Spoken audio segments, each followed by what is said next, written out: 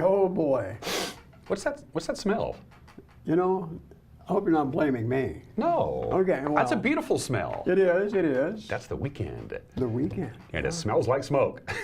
That's what it smells like. Happy Friday, everybody. 10th day of August, 2018. Dan Kuntz, your host. Wake Up Wenatchee Valley is on the air. Steve Herron, news director to my immediate left, with a bucket full of news. Cat in control. Football season is here. Seahawks. Yeah. Colts. Yeah. Fairly entertaining for a preseason game that doesn't count. Well, you know, Russell looked really good. Russell Wilson looked great. The whole first team looked good. First team offense and defense, I thought. Yeah, I thought so too. I think they got a winner. Yeah. I think they've got a winner. Shaquem Griffin, their little rookie, he and his twin brother looked pretty good last night. And Rashad Penny, the new running back. And Russell Wilson, though, didn't miss a beat. No, he still got it. He still got it. The thing that impressed me, though, I think, was the protection he was getting from that offensive line in that first period. No, he had all day to throw. Yeah. I mean, I could have thrown. That's a good sign. So, and then, of course, everybody, you know, after the first quarter was over, here come the backups. And the Mariners beat Houston. Yeah, Mariners knocked off Justin Verlander, who pitched terrible. Wasn't that weird, that first inning? Yeah. So it was a little, you know, they kind of reconfigured the lineup. Mitch Haniger hit leadoff for the first time in his career last night. What's he do? He hits a home run. That's right. Second man up. Triple. And then third man up. Double. And the fourth man up. Base hit. Yeah, they hit for the cycle. Hit for the cycle. First five batters, yeah. They got to Justin early, and then he got pretty upset with a balk call in between the second and third innings. He got thrown out of the game. Yeah. I didn't even know it. It usually doesn't happen. So, yeah, good day for the Mariners. They really mixed things up again. Haniger batting leadoff. Felix has been relegated to the bullpen. Yeah. But they needed to do something. They needed something to fire this team back up in the dog days of August. And Paxton was pushing lights out again. So. Yep, good night for the Big Maple. So I'm kind of impressed. Who knows? We'll talk Seahawks and Mariners. When we get to sports, we also have the obscure holiday today in history, birthdays. Everyone is entitled to Mike Benatti's opinion. And my guest today, Jeff Blackburn, one of the co-producers of The Artifact. What is that? You remember the haunted house that the Mission Creek Players put on for years and years. Well, they haven't done it for 4 years for various reasons that we don't need to get into. But they're bringing it back in a new and exciting, interactive way. Oh, that's wonderful. You don't want to miss that conversation. That's coming up in the second half of the program. Once again, just hot today. We're going to break a record, I think. We hit 103 yesterday on Thursday. That was one short of our record high, which was 104. Our forecast high today is 105. And if we get there, that would break the record of 104, which was also set back in 1971. I don't remember 1971 very well, but apparently it was a really hot summer here in the Wenatchee Valley. Must have been. Yeah, they set all kinds of records back in 71. Yeah. 74. Already outside of our studios. Before we get into the cameras around the valley, real quick, the air quality alert, they've extended it now to 10 a.m. on Monday. And even though we're going to have a cold front that's coming through, we're going to talk about this. It's going to pick up the winds. The problem is the fires are so close to us that it's not going to scour out the skies. Right. So we were hoping that would be the case. Not going to be the case. So May get a little break, but not much. Not much. Nope. Still have the excessive heat warning and a red flag warning. We're going to get to all of that stuff. You ready to go around the valley? I think I'm ready. Let's do it. Let's see what Cat has control. Now that looks about as bad as it's looked all week, doesn't it? I mean, we were able to see Birch Mountain a couple of times earlier this week. You can't even see the Sunny Slope area this morning. That's our cross camera, of course. Kind of like a sled dog race, you know. Unless you're the lead dog, the view's the same, you know. Yeah, the air quality right now is unhealthy for the Wenatchee Valley, for Chelan, for Twist. We'll get to that in just a little bit. So that's what it's looking like live right here at about 4 or 5 minutes after the hour here at 7 a.m. in the Wenatchee Valley. That is lucky. It has not been a good week. I don't know how else you could describe it. Yeah, it's just that. That's the word for you. Camera 2, and I don't think we're going to be able to avoid that. We won't. That's Cougar Ridge, I'm assuming. By the way, folks, if you're suffering from the breathing problems associated with this, the Chelan Douglas Health District does have masks available. Oh, good. So you can contact them for that. Otabasha Bridge sitting right there, pretty light traffic here. It's the middle of August. A lot of people are on vacation, not working real hard, except us. We're working really hard. So there's a good view of the Sunny Slope area and the old Station Industrial Complex, but that is just smoky as smoky can get. Camera 3. We say good morning to the Cashmere area from our Apple Annie's camera is what we call that.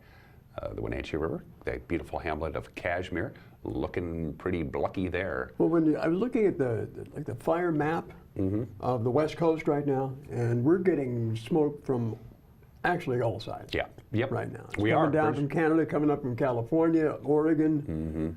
They even have a wildfire in the Olympic National Forest. They did. So, And had one up in the icicle apparently last night. camera 4. We say hello to Lake Wenatchee. The lake is on the other side of the camera. We've turned the camera 180 degrees to point up the White River Valley. Beautiful there. That is. That's not too bad. That might be a good place to get away, at least from the heat, because it's going to be another hot one in the old town tonight. Looks a little surreal out there this morning. Yeah, it does. Let's take a look at your air quality. We've been doing this all week. There you go. If you have a red dot next to your town, that means the air quality is unhealthy. Specifically for the Wenatchee Valley, for Chelan, for Twisp, for Quincy, for Winthrop, you are dealing with unhealthy air. And if you have an orange dot, that means it's unhealthy for sensitive groups. As you can see, that looks to be the Quincy area, the Moses Lake area, and up in Leavenworth and Omak area, dealing with unhealthy air for sensitive groups. And again, the air quality alert has been extended until 10 o'clock on Monday. It was supposed to expire today, but the fires are so close to the valley in north central Washington, they really don't think the smoke's going to go anywhere, even though we're going to have a big change in the weather coming tonight. Red flag warning. Ugh, I don't like these. There's your forecast. Take a look at it. 105 today. 105. The record on this date is 104. We could very well break it. We're already at 74 degrees. So it's going to be warm. And then the big cool down, Steve. Here is your timetable for the winds. 5 o'clock today to 5 o'clock Saturday. That 24-hour period from 5 o'clock this afternoon to 5 o'clock Saturday afternoon is when the winds will be at its peak. 13 to 16 miles an hour this afternoon into tonight, gusts near 20 miles an hour. This is a northwest wind we're talking about. And then we'll be breezy all day Saturday, 11 to 18 miles an hour, gusts near 30 miles an hour. Again, west-northwest wind. So that's what we're looking at there. That's why we have a red flag warning, and we do have a graphic to show you what that looks like. It basically looks like most of eastern Washington. There's your red flag warning there. What's the chance right now of thunderstorm activity? About 20% of dry thunderstorms, and that would be tonight. Overnight, 11 o'clock, midnight, 1 a.m., something like that. Hot, dry, unstable conditions, and then dry, gusty winds, and maybe a thunderstorm possible for the Cascade Valleys and the mountains. It's possible. 20% chance. There's your thunderstorm possibility. Well, when you consider we really are kind of in the middle of the fire season right now, and as I recall, the fire that started up in the Wenatchee foothills here several years ago was September 12th. It was Labor Day weekend. It was Wasn't Labor. it? Yeah, it was Labor Yeah. Day Sunday when the lightning came. Yeah. And then the fire picked up on Monday, and yeah, I remember. Well, we all remember that. So once Just the again, shank of the season. yeah, yeah. The big thing that we're keeping a very close eye on the wind, because this is the most important thing we're talking about. It's going to be a lot cooler tomorrow. 5 o'clock today to 5 o'clock Saturday. That 24-hour window is when the wind is going to be gusting, and any fires that are already existing, and there are a number of them, could really take off and get pretty bad. And if there's any new starts, they're going to hop on it right away, or we could be in trouble. All those we learned yesterday, the crews have been planning for this. Yep. They know where the winds are coming from, so they've been planning for it and they're building contingency lines. We'll tell you more about what their suppression efforts, their plans are for today, coming up on the news. Yeah, your Friday morning Cougar Creek Fire update will lead the news when we come back. With Steve Hare, the news is brought to you by Cascade Medical. Train with a physical therapist who loves the outdoors as much as you do. Cascade Medical, partners in your health. The physical therapists at Cascade Medical love the outdoors as much as you do. But sometimes where there's love, there's also pain. Let us help you get back to the activities that you love.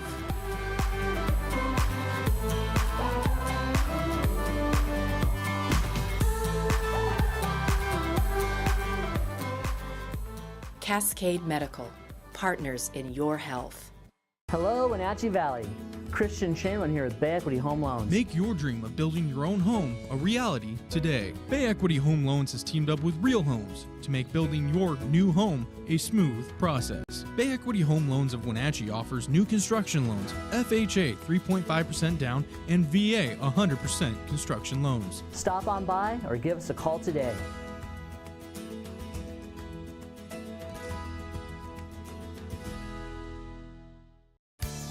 And now it's time for your local news update with Steve Hare. Good morning and welcome back to the program for this Friday. It's the 10th day of August. Another hot, sweaty day for crews battling the Cougar Creek fire in Chelan County. Managers right now are preparing residents up in the Entiat and the Chumstick Valleys for a lot of activity this weekend as that fire ramps up. Information Officer Shannon Frazier says the focus will be on structure protection and creating more contingency lines. We are planning for contingency lines outside of this area, and we're planning, we still have structural protection in the Entiat Valley going on. Heavy presence in there today, and moving around, heavy presence over in Chihuahua Pines and the community of Plain. So you'll see those guys out and about assessing structures in the immediately threatened areas, and so those guys are going to continue that structure protection and removing any defensible space fuels that are needed in there. And again, Chelan County Emergency Management has raised the evacuation levels in the Entiat Valley in connection with the fire and the increased firefighting traffic that's occurring there. As of 7 o'clock last night, the Entiat River Road from Mad River Road to the end of the Entiat River Road is now at a level 3, the highest level. Mad River Road, including Ardenvor, now at a level 2. Entiat River Road from Crum Canyon to Mad River Road, intersection on both sides of the road, are now at a level 1. Both sides of Crum Canyon Road are now at a level 1. Meanwhile, a red flag warning has been extended through Saturday, triggering increased concerns over wildfires and new starts in the area, and also the fear of thunderstorm activity that could generate more fires. Steve Bodner is the fire weather forecaster on the Cougar Creek fire. We will have a little bit of winds potentially in the afternoon, mainly up on the exposed ridge tops, some gusts 20 to 25. But for the most part, the big day is going to be Friday. We do have a cold front coming in. We're going to start off fairly warm and dry through much of the day, but after about 1400 hours, we'll be looking for winds to switch around to the west, coming out of this way. And by the evening hours, 5 p.m. onward, we'll be looking for some strong winds to develop, continue through the evening hours, come down a little bit by Saturday morning, and then crank back up again Saturday afternoon. Speeds, we're looking at sustained up on those ridge tops anywhere from 15 to 25 miles an hour, possibly up to 30. Gusts will be strong, 35 to 40 miles an hour as well. So there you have it. That's what we can expect this weekend. The fire is now measured at over 10,400 acres. And interestingly enough, the managers are estimating full containment of that fire by September 15th. Knock on wood. Also, firefighters put out a blaze that scorched about 250 acres of wheat land in the Ephrata area yesterday. The fire was located west of Ephrata in the Sagebrush Flats area under some BPA power lines. A neighboring wheat farmer reportedly used his tractor to plow a disc line around the blaze before firefighters arrived. Now, the extreme heat and windy conditions were a problem early on, but crews from Grant County Fire District 3 and 13 got help from BLM, Forest Service. They had 2 planes dropping water and 1 helicopter. No structures were damaged. No structures. We don't know at this point in time what caused that fire. Well, a decision was finally made last night by the Wenatchee City Council to change the way they're elected. NCW Live's Grant Olson attended the meeting, and he filed this report.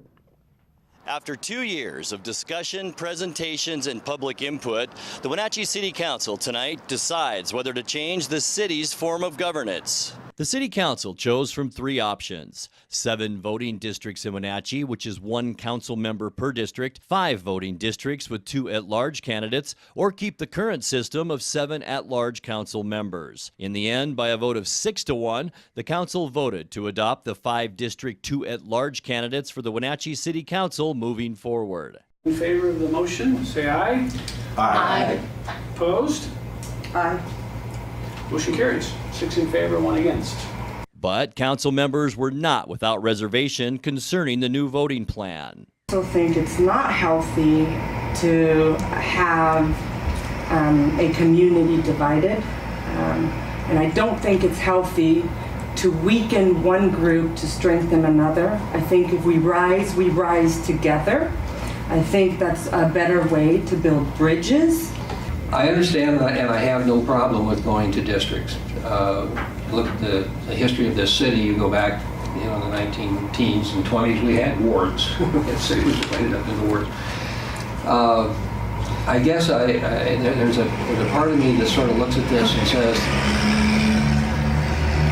it's kind of a solution in search of a problem. I asked a lot of different people within the community what they thought, because I just wanted more input. And overwhelmingly, it was, we need to do this. It's the right thing to do. I'm worried about it. It's new, it's different. We don't know what's going to happen. We don't know if it's going to work. We don't know what we're going to do if it doesn't work. But I think we need to go down this road. The change was proposed to establish districts that have equal representation in the city council. Moving the council positions to districts will give better representation to the legal voting population within each district and reduce the possibility for gerrymandering. District lines are drawn based on population and have to be continuous with no breaks or islands. Districts will also effectively give representation to the growing Latina population in Wenatchee. From Wenatchee City Hall, Grant Olson, NCW Life News. Also this morning, a Leavenworth area man accused of assaulting motorists on US 97 Blewett Pass last week was in court Wednesday. Stuart Anthony Campbell is charged with felony assault, harassment, and malicious mischief in connection with the July 26th incident. Campbell entered a not guilty plea at his arraignment in Chelan County Superior Court. Officials say Campbell was arrested after stacking sticks and logs across the roadway and then throwing logs at passing motorists, causing damage to at least one car's windshield. Campbell also allegedly threatened to kill the Prius driver with a hammer, as well as a passerby who tried to help her. Chelan County deputies arrived. They were forced to tase Campbell in order to restrain him. His trial date is set for September 25th. His next scheduled court appearance is August 29th for an omnibus hearing. A broken water pump has forced the Greater Wenatchee Irrigation District to ask some East Wenatchee residents to cut down on water use. The 1,250 horsepower broken pump was discovered last week. The pump is used to carry water up from the Columbia River to a reservoir, which then distributes it along the Rock Island grade. Now, the pump breakdown affects irrigation service to around 4,500 East Wenatchee area residents that live on the upper East Wenatchee bench. District officials are asking residents of that area to reduce water usage by 20% to prevent the reservoir from running out of water. The damaged pump is not expected to be back in service for up to 3 weeks. Chelan County Commissioners provided a status report this week on the 8 Mile Lake Dam repair project. Century Old Dam is owned by the Icicle-Peshastin Irrigation District. Last year's Jack Creek fire ravaged the surrounding mountainsides, leaving the lake vulnerable to severe runoff and possible dam failure. Now, the first phase of repairs has been completed, but more work is planned, according to Commissioner Keith Gaynor. We're talking about taking a pipe up there to install a siphon so that they can drain the lake a little more and also get the water for the in-stream flows. And that's still in the works. I mean, they'd like to get up there yet this fall and do some work on the dam. That's still being worked out with the permits and all the paperwork. So hopefully they'll get it done, because we hate to see them lose another season worth of water storage, because it has more impacts than just the irrigation district. I mean, with the flows and just the need for water in the watershed, it's important to have that lake managed as it has been and meter that water out over the course of the summer. Now, Gaynor says the irrigation district hopes to eventually replace the antiquated dam with a newer, more stable structure. What they ended up doing this spring was they took the earthen portion of the dam out, and what they need to do is put,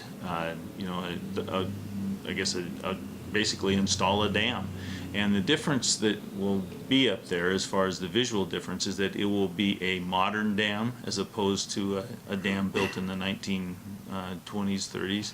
And so the earthen portion will probably be a concrete wall. There'll be a wider spillway. The gates will look different. It'll be more of a visual fixture up there, as opposed to just blending in with the environment the way it did.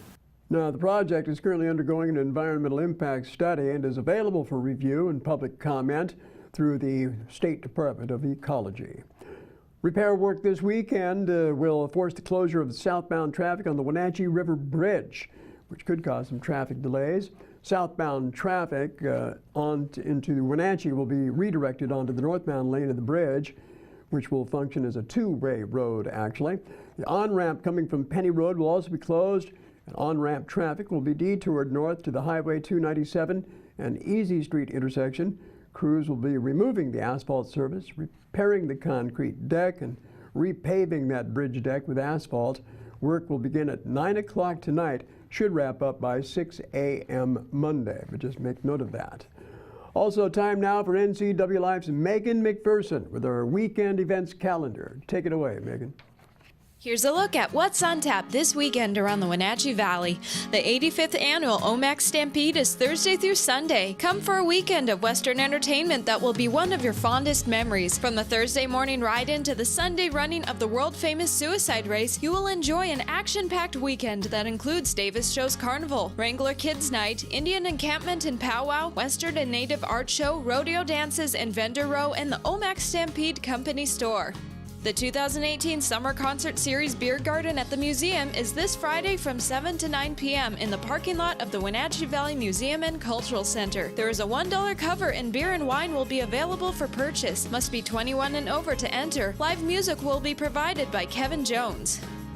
Short Shakespeareans presents A Midsummer Night's Dream Thursday through Saturday at the Riverside Playhouse. This is William Shakespeare's most magical and imaginative play with a little enchantment. As the royals prepare to marry, four young lovers flee to the forest in the wake of parental disapproval. But in the woodland, these lovers' lives are complicated upon crossing paths with feuding fairy royalty. Get your tickets at numericapac.org. The weekly Wenatchee Valley Farmers Market is this Saturday from 8 a.m. to 1 p.m. in the west parking lot of Pybus Public Market. Local farmers, artisans, winemakers, bakers, and chefs make up the friendly, hardworking vendors of the market. Eat healthy, eat local, and support your local growers and producers. And finally, bring a chair or blanket for music in the meadow with the Paperboys in concert this Saturday at 7 p.m. at the Meadow Stage at Icicle Creek Center for the Arts in Leavenworth. For 2 decades, the Paperboys have been touring the world and lighting up stages with their freewheeling blend of influences from Celtic and bluegrass to Mexican son Jaracho, brass bands, and Canadian roots. They've received a Juno Award, plus 2 Juno nominations, released 9 albums, and regularly play 2-night bills in the Pacific Northwest. For more information on this weekend's events, visit the calendar at ncwlife.com. Boy, Megan's just a font of information. She is. She does a really good job. I think she does a great job. That was a lot of news. Are you okay? Gonna need a nap or a cup I'll of tell coffee you or what, something? there's a lot of stuff packed into those few minutes. Huh? And this is funny because this is outside of wildfire season, which we deal with every year for forever. Usually August is pretty slow in the news department. That has not been the case this year. No, it hasn't been. And by the way, we will be covering the arraignment on Monday for Louis Tialilo, the man who's been accused in the murder of his wife Peggy here a few weeks ago. So you're going to be up to Waterville for that? We are going up to Waterville for that arraignment hearing on Monday. And if you thought that was a lot of news, wait till you get to 5 o'clock tonight with Brian Olson. He'll have everything that happened on this Friday and anything else that may garner our attention, which means you need to know about it as well with our nightly newscast. Grant Olson in the anchor chair, Eric Granstrom handling sports, and you can check it out at 5 o'clock, 6 o'clock, and 10 o'clock right here on this very television station, or as we like to say in the business, TV. That's right, 5 o'clock, 6 o'clock, and 10 o'clock. Also available on demand on our Facebook page and our website as well. Again, right around that 5 o'clock hours when we get it up and running. And if you want to be a part of our award-winning news team, have we won an award? It's pending. I'll make one. It's pending. I'll make one. That lower third is how you do all the ways for you to get a hold of us. Steve Hare. That's right. Contact us on our website at ncwlife.com. Just click the little tab at the top of the page that says Contact Us. Pretty simple. Also, Facebook, Twitter, our social media sites, always great for a conversation. And I try to stir the pot as much as I can there, too. So, hey, love to hear you. Feedback. Also, you can contact us at our email address. The address is news@ncwlife.com, and our breaking news hotline, and I got the number memorized now, 888-6295. Yes. We got it. We got it. It must be Friday. Partly cloudy, smoky, hazy, 73 degrees. Once again, the excessive heat warning goes until 8 o'clock tonight. Red flag warning until noon tomorrow. And the air quality alert has been extended until Monday. We got to get through this day, and then the winds will be picking up. That's why we have the red flag warning. 25 minutes after the hour. Steve, go take a rest. It's the dog days of summer. Can you come back and see me shortly before 8? I can do that. Yeah, we'll, if you don't mind, I'd appreciate that. 25 minutes after the hour, sports is next. You're watching Wake Up Wenatchee Valley live this morning from Studio 3 in downtown Wenatchee on the NCW Live channel.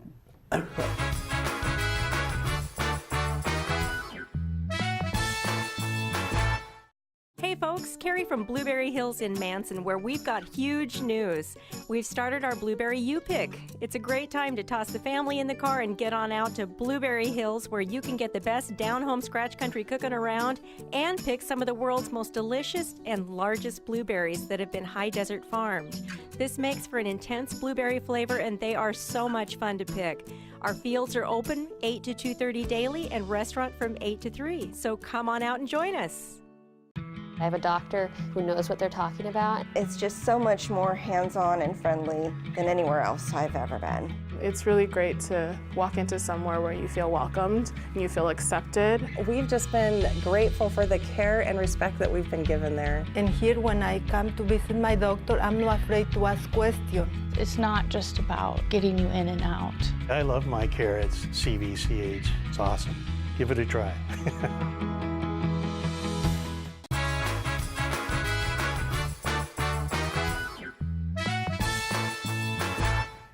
Welcome back. Happy Friday. It's the 10th day of August 2018. I'm Dan Kuntz. Sports. The Seattle Seahawks lost their preseason opener. 19-17 was the final to the Indianapolis Colts last night at Century Link Field. They had a 6-game preseason winning streak snap, but it doesn't really matter. It's the preseason. Good day for Russell Wilson. He was 4 for 5 passing, 43 yards, 4 for 5, 43 yards, 12 plays, 75-yard drive in the opening quarter. And then after that, the Seahawks kind of got a little sloppy and a little quiet, a little lazy. Only 120 yards of total offense after the first quarter, and they also committed 12 penalties. But again, it doesn't count. Again, the Colts over the Seahawks, the final 19-17. The Seahawks will play again next Thursday. As far as the Mariners are concerned, Justin Verlander was going for his 200th career victory, and the Mariners jumped all over him in the first inning. 6 runs in the first 2 innings before he was ejected. Justin Verlander was for arguing a balk call. The final, as you see, was 8-6. It was a nice day for Mitch Haniger, Denard Spahn, and Gene Segura. They combined for 10 hits and 7 RBIs. They each hit a homer off Justin Verlander. Mitch Haniger gave the Mariners their first leadoff homer of the season. He sent a fastball into center field. Denard Spahn followed with his second career triple off Verlander. Then Gene Segura hit a ground rule double, and then Nelson Cruz had an RBI base hit. Before you know it, it was 3-0. And then later on, they made it 6-0 with back-to-back home runs by again Spahn and Segura. Verlander got tossed. It was kind of an interesting game, to tell you the truth. But the Big Maple looked good. James Paxton, he's been pitching really good against the Astros. He's 4-0 against Houston this year. He gave up 4 runs in 5 2/3 innings. He looked pretty good. Edwin Diaz, he allowed a home run to Tyler White with 2 out of the 9th inning. Then he struck out Josh Reddick for his 23rd save. Nice victory for a critical weekend series against the division-leading Houston Astros. They'll go at it again this afternoon. Actually, tonight, Garrett Cole will take the mound for Houston. Mike Leake will pitch for the Mariners. Well, golf. R.J. Mankey of Lakewood. He shot rounds of 67, 64, and 64 to win the 92nd Washington State Amateur Championship. It was held at Gamble Sands. There it is after the final putt. Mankey started the final round in a 4-way tie for second, 2 shots behind the leader, Brian Mogg of Issaquah. And Mogg had that 2-stroke lead going into the 10th, and then the 10th hole, a par 3, didn't work out too good. Mogg would triple bogey that hole. Mankey made an 8-foot birdie putt, so a 4-shot swing. Mankey had a 2-stroke lead, and he cruised from there. Congratulations, there he is with the trophy. Finishing second, 2 shots back of Mankey, was Michael Almonte of Firecrest, and in third place, Reed Hatley of Hayden Lake, Idaho. A splendid time was had by Hall, and a great job hosting by our friends up at Gamble Sands. Finally, what's happening this weekend at the Wenatchee Valley Super Oval? It is Hagelin's Trophy Night at the WVSO. 6 classes will be in action. The Jerry's Auto Supply Pro late models, the vintage modifieds, the Pepsi street stocks, the Dix Heating and Air Conditioning Thunder Cars, the Road Runners, and the Bandoleros. The front gate opens at 5 o'clock. The racing at 6:30 tomorrow night at the WVSO. That is sports at 29 minutes after the hour. It is August 10th. Today is National Lazy Day. Yeah, let's all, it's Lazy Day. If you're a sloth, a slacker, a layabout, an idler, lazy bones, this is your day. It's also a good day maybe just to recharge your batteries. Are you a little stressed? Don't do anything today. How do you celebrate National Lazy Day? Don't do nothing. It's as simple as that. And a fun fact about the sloth. I found this online. The sloth can turn their heads 360 degrees, which is a lot of work for an animal that's known for its laziness. Happy lazy day for, channel your inner couch potato today in history. Well, at least the Titanic made it 5 days before it sank on its maiden voyage. The Swedish warship Vasa made it 20 minutes into its maiden voyage before it sank into the Stockholm harbor. This is a true story. It took them 2 years to build this warship. August 10th, 1628, maiden voyage. There was no wind in Stockholm harbor, so they raised all the sails up to at least get it out there. And then a freak gust of wind came. They couldn't get the sails down in time. It blew the ship over. The gun ports along the bottom of the ship started to flood. It listed, and down it went. 390 feet from shore, 20 minutes into her maiden voyage, the Swedish warship Vasa sank. Oops. They found it, raised it. It's on display now. Happened 390 years ago. Happy birthday, Missouri, the show me state. Missouri is 197 years old today, admitted as the 24th state in the Union, August 10th, 1821. Missouri has the most liberal alcohol laws of any state in this country. There is no statewide open container law. There is no prohibition on drinking in public in Missouri. Anybody can sell liquor by the package. You can buy liquor in drugstores and gas stations of any kind. And state law in Missouri protects a person from being arrested or charged for public intoxication. Happy birthday, Missouri. 197 years old today. 172 years ago today, the Smithsonian Institution was born, America's attic. It was chartered by the United States Congress. James Smithson donated $500,000 to begin the Smithsonian Institution. James Smithson never visited the United States, believe it or not. 30 million people visit the Smithsonian Institution in Washington, D.C. every year, and the best part about it, it is absolutely free. Happy 172nd birthday to the Smithsonian Institution, a must visit if you ever make it to our nation's capital. And finally, the annual Ball Day promotion turned into a complete fiasco on this date, August 10th, 1995 at Dodger Stadium. The bottom of the ninth inning, they gave away souvenir baseballs to the fans before they entered the gates. Raul Mondesi is up to bat in the bottom of the ninth inning. He struck out. He argued. He got thrown out. Tommy Lasorda came out to argue balls and strikes. He got thrown out. So the fans began to throw their souvenir baseballs onto the field. The umpires ordered the St. Louis Cardinals, the other team, off the field for their own safety. The grounds crew went up, picked up all the baseballs.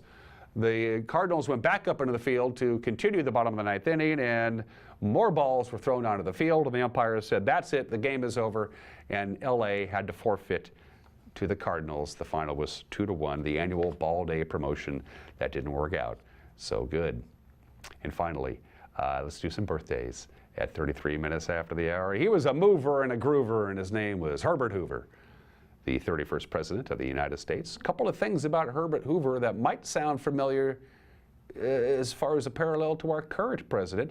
Herbert Hoover was a self-made millionaire who donated his presidential salary to charity. Herbert Hoover never won elective office until he was voted into the presidency in the election of 1928, and then of course the Depression came very shortly thereafter. He was blamed for the Depression. It really wasn't his fault, but what he didn't do was really fight the Depression. Herbert Hoover, who managed to resurrect his reputation in the many, many years he lived. He lived to the ripe old age of 90. Herbert Hoover was born in the state in 1874. Charles Darrow, the man who invented Monopoly. Not really. Was born in the state in 1889, died in 1967 at the age of 78. He copyrighted Monopoly in 1933. He patented Monopoly in 1935, sold it for a bunch of money, made millions. Did he invent it? Most historians say probably not, but he gets credit for it. The guy who invented Monopoly was born in the state in 1889. The man who played the Tin Man in one of the all-time Hollywood classics, Jack Haley, the American actor, singer, and dancer, was born in the state in 1898. Died in 1979 at the age of 81. If I only had a heart. And finally, Bobby Hatfield, the tenor half of the Righteous Brothers, was born in the state in 1940, passed away in 2003 at the age of 63, obviously best known for Unchained Medley. The Righteous Brothers, Bobby Hatfield, and his partner in the Righteous Brothers Bill medley. They had an agreement for each Righteous Brothers album. Each Righteous Brother would get to sing a song solo without the other member of the group. For this particular album, they both wanted to sing Unchained medley. They flipped a coin. Bobby Hatfield won the toss and became legendary. Bobby Hatfield, one half of the Righteous Brothers, and we miss him a great deal. 35 minutes after the hour. Everybody is entitled to Mike Minotti's opinion, to my conversation with Jeff Blackburn, the co-producer of The Artifact. What's it all about? Stay tuned. You'll find out. You're watching Wake Up Wenatchee Valley Friday edition on the NCW Life channel.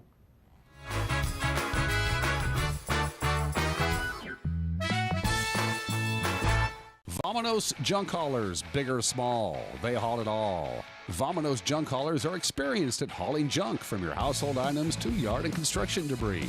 That old hot tub and eyesore, Vominos, will make it Vominos. Recycling is a priority to Vominos junk haulers. They'll haul away your old appliances and electronics. And for the do-it-yourselfers, Vominos Junk Haulers also rents trucks and trailers. Call Vominos Junk Haulers and Moving Service today to schedule your free estimate. Looking for a hands-on, high-demand job? Now is the perfect time to get trained for a career in manufacturing. Washington currently has a shortage of skilled tradespeople, and retirements are making room for more. The machining program at Wenatchee Valley College is designed to give students the foundation to excel in this precision industry. Don't wait, there are only 15 spots left. A 2-year degree and a 1-year certificate are available. Learn more at wvc.edu/machining.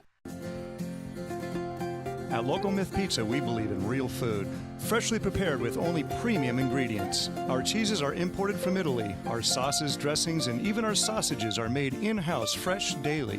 Featuring Northwest craft beers and 30 Chelan Valley wines and ciders. Family fun and amazing food.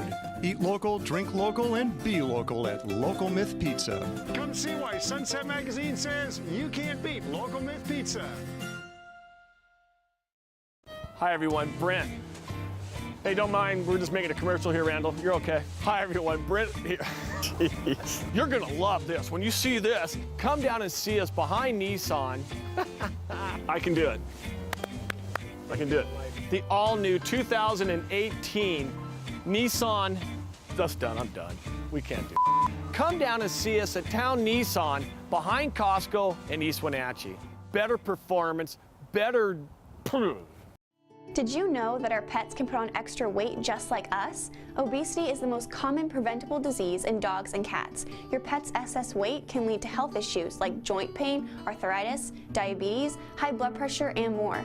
Dr. Shauna Baez and the staff at Paws and Claws Veterinarian Hospital care about your pets, and they can help you keep them lean and healthy.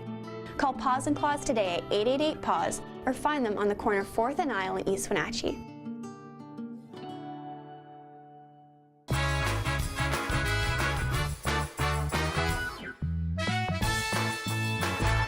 Hey, this is Mike Mad Dog Magnotti, and everybody is entitled to my opinion. Now, like I've said before, 75% of folks here in the good old USA call ourselves Christian. Well, that's fine, I guess. But what's really tragic is there are people who don't realize that the true test of loving and sacrificing for others, doing unto others as you would have them do unto you, etc., is first and foremost to be displayed at home to your families. It doesn't matter who outside of your family thinks you're a great person. If your spouse and your kids don't think so, or if your parents or your siblings think that you're a jerk, you're missing it. You know, if your Christianity and if your love for fellow man isn't first and foremost demonstrated to those who are closest to you, let's face it, it's meaningless. This is Mike Mad Dog Magnotti, and that's my opinion.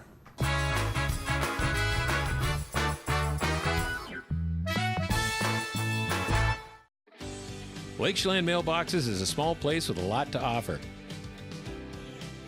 Job one is shipping and receiving from A to Z. They pack it, they label it, they ship it. But did you know we also offer notary service, online computer access, legal forms, copies, greeting cards, and of course, mailboxes.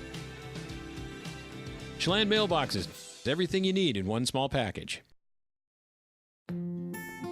This is the MCW Life Community Calendar brought to you by Local Tel. The Wenatchee Valley Farmers Market is this Saturday at Pybus Market from 8 to 1. Eat healthy, eat local, and come support your local growers and producers. Also on Saturday, the Paper Boys will be performing Music in the Meadow at the Icicle Creek Center for the Arts in Leavenworth. Get your tickets at icicle.org. For more information and other community events, visit ncwlife.com. Dear Mary Maids, just got home from a trade show and I didn't have time to pick up the house. Kids made chili. Jeff did a mud run. Oh, and Winston shredded Teddy's bed. Again, please clean it the best you can. Oh, except for the statue Max made for me. Thanks, Abby. Hi, Abby. Clean kitchen, clean bath, clean floor, naughty cat, poor Teddy. The statue is precious. You should keep it forever. See you next time, Mary Maids. When you call Dick's Heating and Air Conditioning, you get 35 years of experience and customer service in the Wenatchee Valley. Dick's friendly staff strongly believe in repairing before replacing and service all major brands of HVAC units. Dick's Heating and Air Conditioning is your local, independent, trained comfort specialists, proudly serving all of North Central Washington. Call 884-6444 today.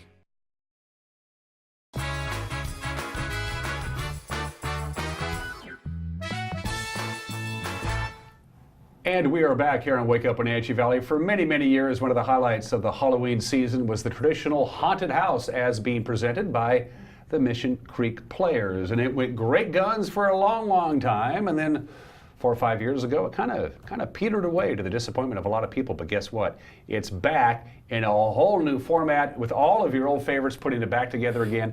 I'm talking about something called The Artifact. And here to talk about it is the co-producer of The Artifact, Jeff Blackburn. Welcome to the program, my friend. Thanks, Dan. Thanks. Let's go back in time. I think the last haunted house that I remember that was put on by a bunch of people, let's put on a show, was at the old Fifth Street Armory, 2014 maybe? That's right. And that was it. That was the end of it. Yeah, they did get a contract, but it wasn't able to go all the way through. Mm-hmm. So we started looking for a new place. We couldn't find one. We then were approached by Mission Creek Players, myself, and Bill Brown, my co-producer, and we went to a haunted convention in Nashville. To learn all about how to do a haunted house the right way? And, that in escape rooms, and we sat in class for 8 hours a day for 4 days straight and learned a ton, and learned that we were doing a lot of things right, but we could do a lot of things better. So we came back all ready to do it, and we spent a year looking for a location, weren't able to find one. So Cynthia Brown was approached by the museum to do a haunt. She got a hold of us, and we basically toured the facility and thought, well, why not do it here? Yeah. This could be perfect. We'll just make it an immersive event right inside the museum and have a through line that has to do with everything that's already there. So. And so it's going to be at the museum. It's going to be, most of it's going to be in the basement, right?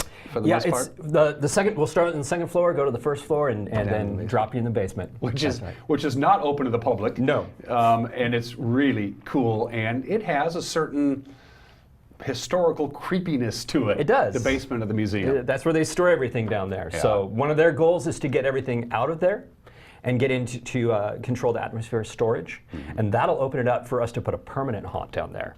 That would be even better. Yes, it would, because then we could have it as they have an event at the museum, and you could just rent the haunt at the same time. So, have your punch upstairs, go down, run through the haunt, get really scared, come up top, and dance. I don't know. So when the word got out in the community that, hey, the old haunted house that everybody loved so much, it was at the Fifth Street Armory, and before that it was in the old Wenatchee World Press Room with lines around the block and various other locations for many, many years. When the word got out that, hey, it's coming back in 2018, what's been the initial response as you're going around the community and spreading the word that we're back? Well, everybody's excited because there hasn't been anything for a while. So to bring in something that is this immersive and also as a 100% fundraiser for the museum, I've had nothing but positive reactions. People are getting behind it. We just got our first big sponsor. Who is? Confluence Health. Yes. Nicely done, Confluence Health. Yes. So they're behind us 100%, and we're going to just push that through. And And I'm going out today and getting even more sponsors, and yeah, everybody's really been into it. I'm really excited about what it's going to do. So you got back from Nashville, you and your co-producer, 4 days of immersing yourself on how to do a haunted house the right way, and next came the idea, okay, we have a venue, and we have all this knowledge, now what? And that was the birth of the Artifact. Right. So this isn't an old-fashioned haunted house where you go through rooms and people scare you and people tug at your leg and then you leave. Right. This is a whole different deal. Totally different deal in that it has a through story. So we've got the professor, we've got Zach, who is kind of the guy you kind of love to hate, who happens to be a paranormal investigator, and we have a problem that needs solving, and you're there to actually help us with our problems. So you will be guided through the museum, because of course we're not going to let just everybody run wild through a museum. Could be some issues with that. In the dark especially. Yeah, that would not be good. Somebody stole the Monet, yeah, that would be really bad. Anyway. And you'll be able to interact with things that are already there. Yeah. So there's the train room, there's the Pangborn room, there's the Clovis Points, there's all this theme that we're just it's got a little bit of Night at the Museum, it's a little bit of War of the Worlds. A little bit of X-Files, maybe a little bit. Oh, sure. Yeah. Oh, yeah. Maybe some aliens landing. I don't know. There's something in the museum. We need to figure it out, and you're here to help us. And so it has this complete through story all the way through. And so, yeah, that's kind of the basic idea. And the story is original. You Totally and your original. partners wrote the story yourselves. Yeah, we just thought, well, what's here? What can we do? And we're going to start dropping videos, vlog interviews with our characters. Hopefully, our characters will come on here and interview you. Yeah. You'll see them on Snapchat and Instagram having their own little blog pages and photographs. Hopefully, you'll see them around town in character and can get your selfie with them. So yeah, lots of little fun ways to make it feel like you're really there and this is really happening. How much does the layout of the museum, as you do the Artifact, played into the story? You say, okay, this is what we can do. So that was really the big deal. Right. We didn't have the funding to build a big museum or a big haunt. So why not use what's already there? So each little vignette tells the story as you go through. Everything is coming alive. Everything is interactive. Coming back in some history about what's gone on in the valley, utilizing some of those things. You'll see characters that oh, I know that guy.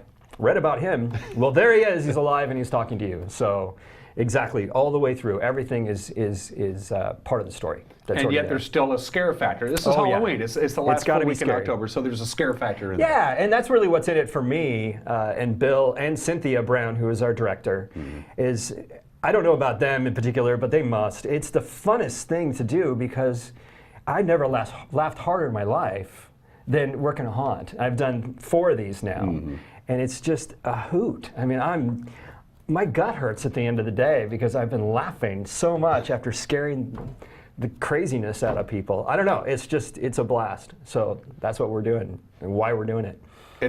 I personally am excited because I love the old haunt, and I love the fact that it was done by that group, the one that was at the Wenatchee press room for years and years, was unbelievably popular. Yeah, oh yeah, lines around the block. Yeah, and hopefully that'll be the same case. Yeah. It's interactive. That's maybe the biggest thing of all. You're immersed in the story. Yes. Yeah.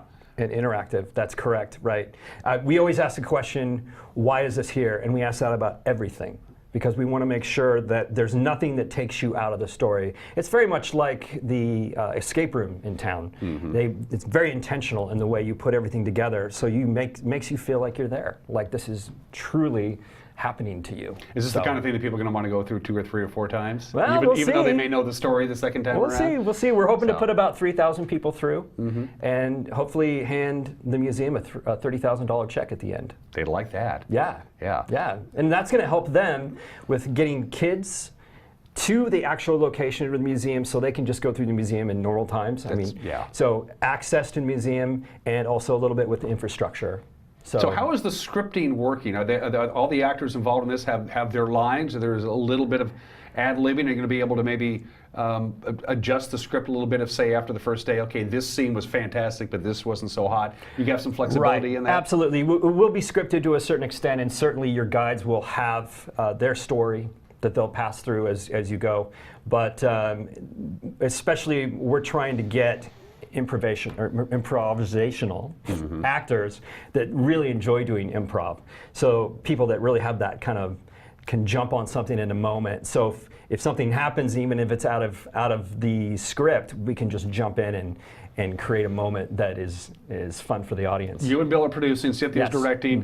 Can you do some name dropping about some of the people who are going to be involved that are signed up and in? Yeah, I've got Alex Haley, who's a very funny guy, very famous comedian around here. Yeah, yeah. He's going to be a lot of people don't know this, but Alex is quite famous. Yeah. Just a lot of people don't know it. Yeah. A lot of people know him. That's for sure. Anyway, so he's. And I've been his friend a really long time, but he is going to be our main paranormal investigator. His name is going to be Zach with 2 Ks, Z-A-K-K. And then Milo Brown is going to be our professor. And the professor is the person who discovers this artifact and is putting on this presentation at the museum, and then everything goes sideways. Cattywampus. So, and that's when the story really begins. Yeah, so 2 really good actors, really good improvers, and they're going to bring a lot of fun to the show. For and sure. as you go through this thing, you're going through in groups of how many at a time? About 6. Okay, so it's intimate. You're not going in with a crowd of people and. Yeah, it's about 6 people, 4 to 6 people. It'll take you about 15 to 20 minutes to go through. We'll have about 6 groups at any one time going through. So all depends on how much you like to run and scream, I guess. If you're out in 5 minutes, I guess we did our job because you couldn't stand being in there. So. We'll see. It's going to be the last full week in October 25th through the 31st, again at the Wenatchee Museum and Cultural Center. Super scary, little kids maybe no. Give me a parameter on ages. Yeah, it's not going to be gory. Okay. There might be a little blood on one of our characters, just because it was a historic burn that happened. Won't go into too much detail there. Yeah, you can go to the museum and find out about it. Yeah, don't do that. Don't spoil the plot. No, but it is. We recommend 10 and up. Is a recommendation. If your 9-year-old wants to go through, okay, well, that's up to you. But you can also get out by just screaming the magic word, and we'll come and take you out. Unfortunately, there's no refunds for that, but but that's really what we recommend is 10 and up. Yeah. And as you mentioned before, the Wenatchee Valley Museum and Cultural Center, like a lot of entities in their line of work, they got budgetary problems. Times are tight in that case. They could use the dough, and kudos to getting them and Cynthia and everybody involved in this, because that's cool. And this how isn't cool. a for-profit thing. You're not going to pocket not at all all. the money. Zero. So, and what a cool thing that we're bringing a lot of maybe millennials who would normally go to a haunt, who have probably, some of them have never been to the museum or didn't even know it existed, and here they are going through it, and maybe they'll come back and be, hey, that was pretty cool. You know, I'm going to go visit. I'm going to grab my family and come along. So we're going to expose people to the museum that maybe didn't even know it was there. How you doing for warm bodies? Do you need behind-the-scenes people? As you mentioned before, you don't really have to build any sets. You're working around what the museum has already given you, but obviously you can't do this with 6 people. Right. It requires about 50 people, which is about half the number of our normal haunt. We've already got about 45 people ready to go. So we only need a few more before we're full, which is great. And that even includes break monsters, and you got to have a break at some point. You can't do this 6 hours straight. Yeah. I think I have to use the bathroom at some point. But we're doing really well. It hasn't been difficult at all to find warm bodies. But you could use more. You could always use more. A few more, absolutely. So how do people say, hey, Jeff, Bill, I want to be a part of this. This sounds like it's going to be a blast. No, email us at NCWPI, which is Paranormal Investigations, PROD, prod, and for production. So NCWPI, at gmail.com. And they can just email us, and we'll send them a form. We have a real heavy screening process. Yeah, that's good. Of course, because safety is #1 through all these things. So we'll screen you and get back with you and find a place you might be interested in and insert you in there. It might be security. You might be a guide. You might help out with behind the scenes in the green room. So there's a lot of stuff to do. And what happens? This is obviously early August as we tape this, Jeff. Walk me between now and October 24th, the day before. What's your timeline between now and showtime? Yeah, we're doing a lot of pre-production. We've got we're working with North 40. Oh, good. Yeah, they just came on board. Good for Jeff and his crew. So yeah, great guys. Yep. So because we're going to drop a bunch of videos that will kind of set up the story. So I've been storyboarding and scripting. So that's a lot of work. We're finding our final sponsors. got to get our costumes together, our T-shirts printed, our banners and posters, and it just goes on and on. It is. The more we sit down and talk about it, the more we realize there's little things we have to remember to do in order to make this work, because we really are very serious about it. You know, we love the fact that it's 100% fundraiser for the museum, and we don't want to make it kind of a little thing in the backyard of somebody's house. We really want to do this to the nines, and we believe we are. Yeah, this is. I'm so excited about this. How can I help? What can I do? Just come keep hang out. It? Yeah. So keep interviewing our people. Is there a role for me in this whole thing? Sure, So, sure. You want to scare some people? Well, people get scared every morning between 7 and 8 on this program, and I'm trying to be entertaining. Experience the artifact. And we'll be talking to Jeff and some of the folks as we get closer and closer to the last week in October, coming to the Wenatchee Valley Museum and Cultural Center. This is going to be the entertainment event of the Halloween season by far. Yeah. And everybody's pumped that it's back. Yeah. It's back. So excited we were able to figure it out. Yeah. So cool.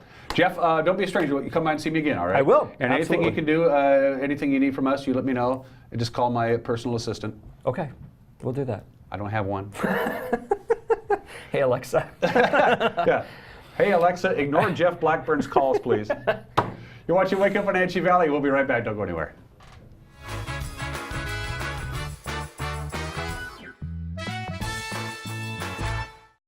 Hey there, Wenatchee. I'm Sean Lee, and I'm inviting you to check out the NCW Movie Guide to keep up on what movies are playing in our town.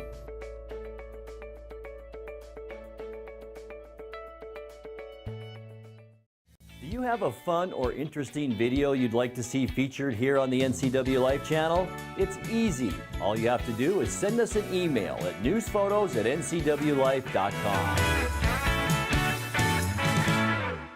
You can buy fruit almost anywhere. From first off the tree to first in your hands, Lone Pine offers seasonal fruit from their farm and around the region every day. Make Lone Pine your latte stop with coffee from Blue Star Coffee Roasters and a fresh piece of fruit pie. Take a break with a friend and order a cold micro beer or a glass of Northwest wine. Bring the whole family and enjoy a Lone Pine lunch or a fresh shake in their park-like setting. Lone Pine Fruit and Espresso on Highway 97.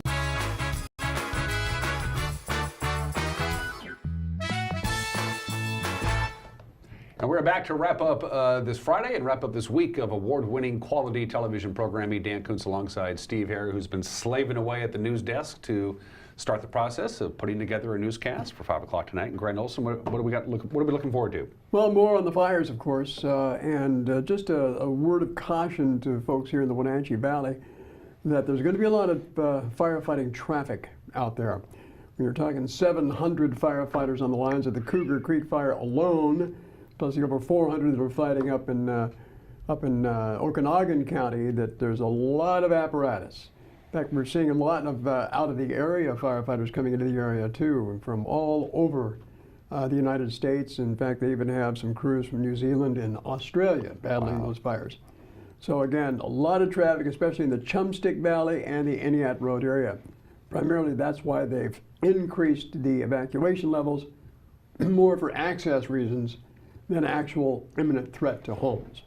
So just be aware of that, folks. We're following it throughout the week, and of course, check our Facebook page. We'll be providing updates throughout the weekend, and our website at ncwlife.com. The critical period, as we mentioned at the top of the show, is going to be the 24-hour period between 5 o'clock tonight and 5 o'clock on Saturday evening. Mm-hmm. That's when the winds are going to be at their peak. You combine the winds with the hot and dry and unstable conditions, maybe even a dry thunderstorm is possible tonight. Boy, we don't need that at all. And we still have the excessive heat warning. So red flag warning is in effect until 11 o'clock Saturday morning, but the wind will be blowing until 5 o'clock Saturday afternoon. The excessive heat warning is due to expire at 8 o'clock tonight, but we're still looking at 105 if we get there, and it's not out of the realm of possibility. That would be a new record high for August 10th, and we still have an air quality alert that has been extended until 10 o'clock on Monday, although we are going to get windy conditions this afternoon into Saturday. The fires are so close to the Wenatchee Valley, they really don't think it's going to help the air quality a great deal, which is why they extended it.